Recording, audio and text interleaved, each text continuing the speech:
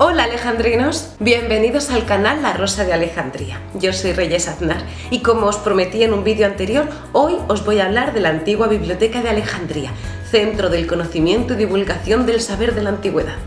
¿Quién fundó la Biblioteca de Alejandría? ¿Cuántos libros llegó a tener? ¿Es cierto que la destruyó un incendio? ¿Quiénes trabajaron en ella? Acompáñame en un viaje por el pasado de la literatura para conocer todo esto. Antes de hablar de la biblioteca, veamos cuándo y cómo se fundó la ciudad de Alejandría. Y para iniciar esta historia vamos a viajar hasta el siglo IV a.C., al norte de Egipto, en su costa mediterránea. El imperio persa había anexionado Egipto a sus territorios, pero tras derrotar a Alejandro Magno a Darío, emperador de los persas, los egipcios lo recibieron como un gran libertador. Se desplazó hasta el oasis de Siba para consultar al gran oráculo de Amón y así ganar legitimidad de cara a los egipcios. El oráculo le dijo a Alejandro que era hijo de Amón y desde entonces se presentó con los cuernos de carnero, atributo de Amón, y se afianzó como su legítimo gobernante. Alejandro Magno fundó muchas Alejandrías a lo largo del trayecto de sus campañas militares. Alejandría de Aria, Alejandría de Aracosia, Alejandría Bucéfala, pero su mayor joya fue Alejandría la Grande.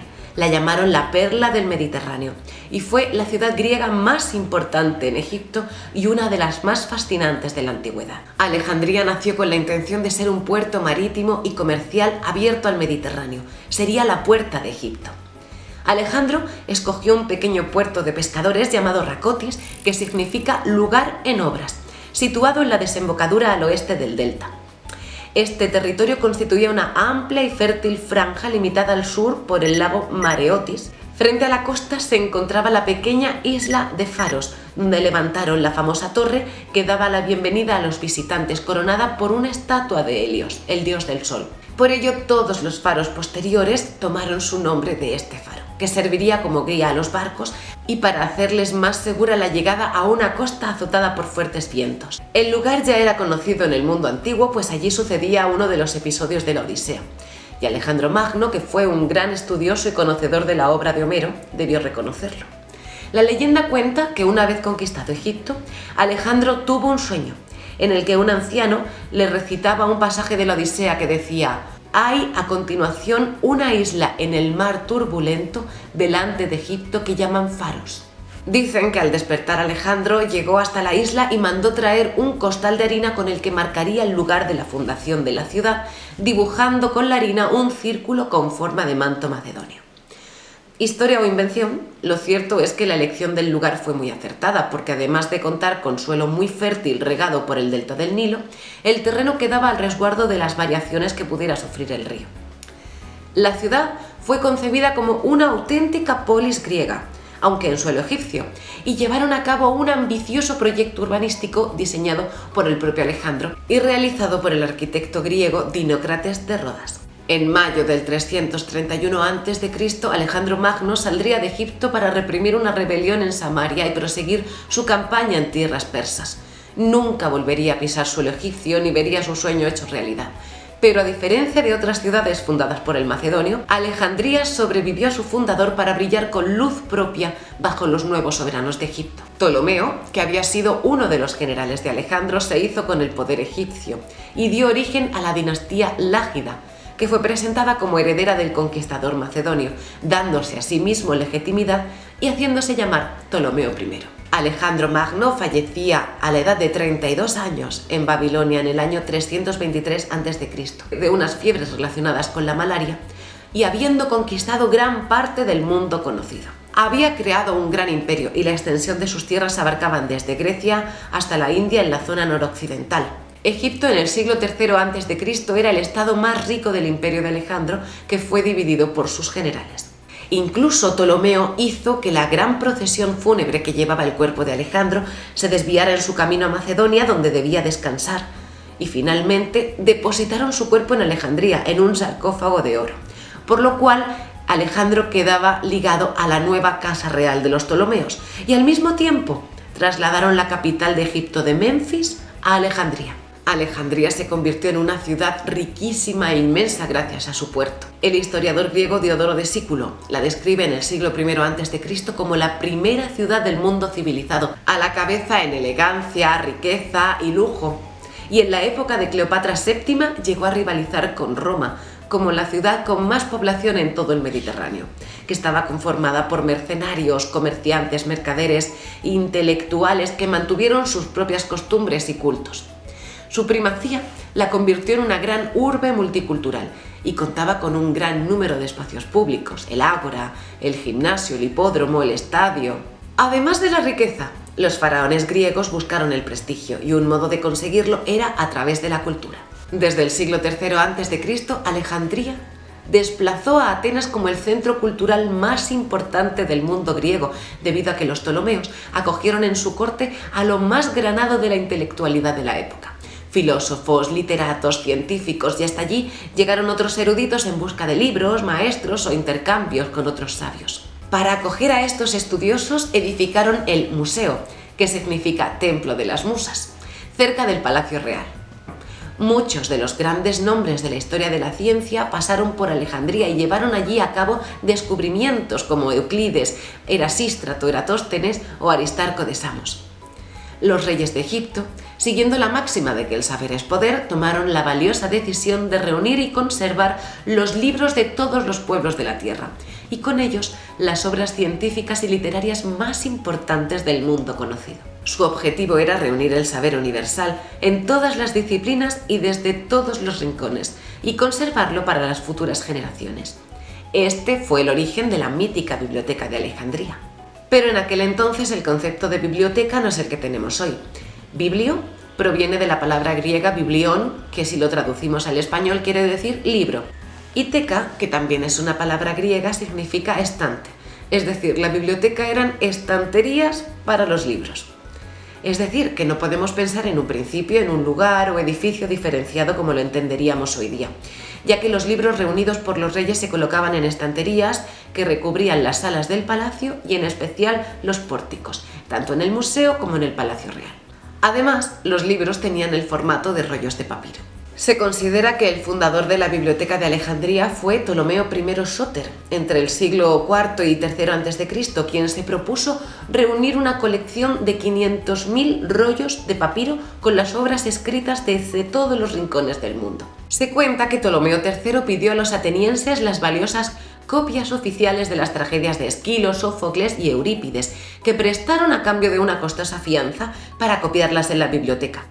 Al final, los alejandrinos se quedaron con los originales y enviaron a Atenas las copias nuevas, perdiendo el importe de la fianza. La ambición de ampliar los focos de la Biblioteca de Alejandría muestra la actitud imperialista de los Ptolomeos, que harían de la cultura helénica el fenómeno de cohesión de su reino. Fue tal el volumen de entradas que la biblioteca se vio muy pronto desbordada y se hizo necesario construir otro edificio, que se convertiría con el tiempo en una institución independiente.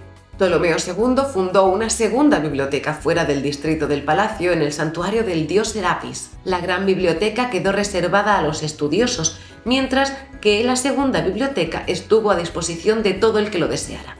Probablemente esta fue la primera biblioteca de la historia realmente pública. Esta biblioteca del santuario se abastecía de copias de la biblioteca principal. El templo de Serapis, conocido como el Serapeo, era una pequeña acrópolis alzada sobre una angosta colina desde la que se podía ver la ciudad y el mar. Se llegaba tras la subida de una majestuosa escalera. Una larga galería cubierta rodeaba el recinto y a lo largo de ese corredor, en hornacinas y pequeñas habitaciones abiertas al público, aguardaban los libros. Esta segunda biblioteca, como probablemente la primera también, no tuvo un edificio propio, simplemente ocupaba el pórtico. Según el escritor bizantino Ctesés, la biblioteca del Serapeo llegó a reunir 42.800 libros, lo que no está nada mal. Uno de los trabajos más famosos de copia de textos en Alejandría es la Biblia judía. Según la tradición, 72 sabios judíos, 6 por cada una de las 12 tribus de Israel, se reunieron en la isla de Faros, frente a la costa de Alejandría. Fueron llamados por el rey Ptolomeo II Filadelfo, que les ordenó traducir al griego sus libros sagrados, escritos originalmente en hebreo. Los sabios llevaron a cabo la traducción aislados unos de otros, y el texto final de todos ellos coincidió de una forma exacta, y este hecho se interpretó como una señal de que el trabajo había sido llevado a cabo por inspiración divina, y fue conocida como la Biblia de los 70. Se conoce que también se ordenaron textos de Zoroastro y los Vedas de la India. En el siglo III a.C., el sacerdote griego Manetón compiló en griego una historia de Egipto para los reyes alejandrinos, de la que solo se conservan fragmentos. Bueno, antes de seguir te cuento que todos estos libros y muchos más estarán formando parte de nuestra lista de reproducción Biblioteca de Alejandría en el canal de YouTube La Rosa de Alejandría. Te quiero pedir que le des me gusta a este vídeo, que te suscribas, que compartas el canal, que te hagas miembro y así podemos seguir creciendo y ofrecer muchísimo más contenido. En el Museo de Alejandría, los eruditos dedicaron mucho tiempo a conservar, clasificar y copiar los libros de la biblioteca. Había que elaborar catálogos de las obras que allí se guardaban, establecían la calidad, autenticidad y autoría de los textos y se redactaban biografías de sus autores. Los bibliotecarios tenían que adquirir los textos de más calidad, de los mejores autores, realizar una edición crítica de los mismos y lo más ajustada posible al original, y en ocasiones completarla con comentarios e introducciones y estudios. Las obras se clasificaban según los géneros literarios y se elaboraron catálogos y cronologías. Conocemos el nombre de algunos de los más reconocidos bibliotecarios que tuvo la Gran Biblioteca de Alejandría. El primero fue Cenódoto de Éfeso, que editó a Homero. Más tarde, el poeta Calímaco. Aristófanes de Bizancio, que volvió a editar a Homero, y seguramente fue el inventor de la acentuación y la puntuación, ya que con anterioridad los textos se copiaban sin separar las palabras y las frases. De él se decía que todos los días, durante toda la jornada, no hacía otra cosa que leer y releer atentamente todos los libros de la biblioteca, siguiendo su orden. También Aristarco de Samotracia. Era tal el celo hacia ellos que se cuenta la anécdota de que Aristófanes de Bizancio quiso escaparse un día, pero fue arrestado, quizá para impedir que emigrara a Pérgamo, sede de otra gran biblioteca rival de la Alejandrina, impulsada por el rey Eumenes II. El esplendor de la biblioteca no decayó cuando Egipto estuvo bajo gobierno del Imperio Romano a partir del año 30 a.C., y sus libros no eran ya solo rollos de papiro, sino también códices de pergamino. En el año 47 a.C. se quemaron numerosos libros que al parecer César pretendía transportar a Roma. Pocos años después, Marco Antonio donó un gran número de libros procedentes de la biblioteca de Pérgamo para compensar la pérdida. La destrucción más grande se suele datar en el año 272, cuando el emperador romano Aureliano arrasó la ciudad para recuperar el control sobre una Alejandría rebelde. La magnífica biblioteca del Serapeo fue destruida en el año 391 a instancias de Teófilo, patriarca de Alejandría, en el transcurso de unos disturbios entre paganos y cristianos. Algo después, en el 415, desaparecía la biblioteca personal de la filósofa pagana Hipatia de Alejandría, tras su trágica muerte a manos de una horda de monjes cristianos enfervorecidos e instigados por el patriarca Cirilo. La figura de Hipatia de Alejandría corre paralela a la historia de la ciudad. Ella también fue un faro y una luz del saber, de la ciencia, de la razón, lo contrario a la oscuridad y el fanatismo. Es el ejemplo del mantenimiento de la ciudad y conocimiento del mundo clásico. Pocos años después de la muerte de Hipatia, el teólogo Orosio informa que solo halló estanterías vacías en los templos de la ciudad. Lo que quedaba de la gran biblioteca de los Ptolomeos fue quemado cuando los árabes conquistaron la ciudad en el 641 y, siguiendo la orden del califa Omar de destruir todos los libros que estuvieran en desacuerdo con la doctrina de Alá.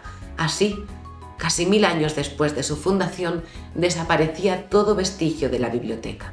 Desgraciadamente, hoy buena parte de la ciudad antigua se esconde bajo las aguas, como la zona de Palacio. Según se sabe, la biblioteca no desapareció pasto de las llamas en un incendio, sino que el paso del tiempo y sus diferentes avatares acabaron con ella. Encontraréis una lista de reproducción con el título Biblioteca de Alejandría, donde aparecen varios audiolibros curiosos de personajes y textos relacionados con ella, como son las cartas a Hipatia, que el discípulo Sinesio de Cirene dirigió a su maestra, la gran sabia Hipatia de Alejandría. Lamentablemente no conservamos ningún testimonio escrito de la gran instructora, pero estas cartas son un legado de gran valor que nos refieren la relación que mantenía con quien fue su alumno. También encontraréis poesía de Safo, o por lo menos la parte de su obra que nos ha llegado hasta nuestros días, incluido su bello himno a Afrodita, que comienza diciendo: «Oh tú en 100 tronos, Afrodita reina, hija de Zeus, inmortal dolosa, no me acongojes con pesar y tedio, ruégote, Cripia, antes acude como en otros días, mi voz oyendo y mi encendido ruego. Por mí dejaste la del padre Jove alta morada, el áureo carro que veloces llevan lindos gorriones, sacudiendo el ala al negro suelo donde el éter puro raudo bajaba. Esta lista irá creciendo y sumando nuevos títulos de las grandes obras que estuvieron custodiadas en la Biblioteca de Alejandría, como la Ilíada y la Odisea de Homero, las Argonáuticas, la poesía de Teócrito, la Biblioteca de Mitología de Apolodoro y muchas más. Si quieres escuchar las obras completas y además acceder a otros audiolibros antes de abrirlos al gran público, solo tienes que unirte como miembro al nivel 3 del Pergamino Griego en el canal. Te espero para seguir disfrutando de este apasionante viaje por el saber. Hasta pronto, alejandrinos.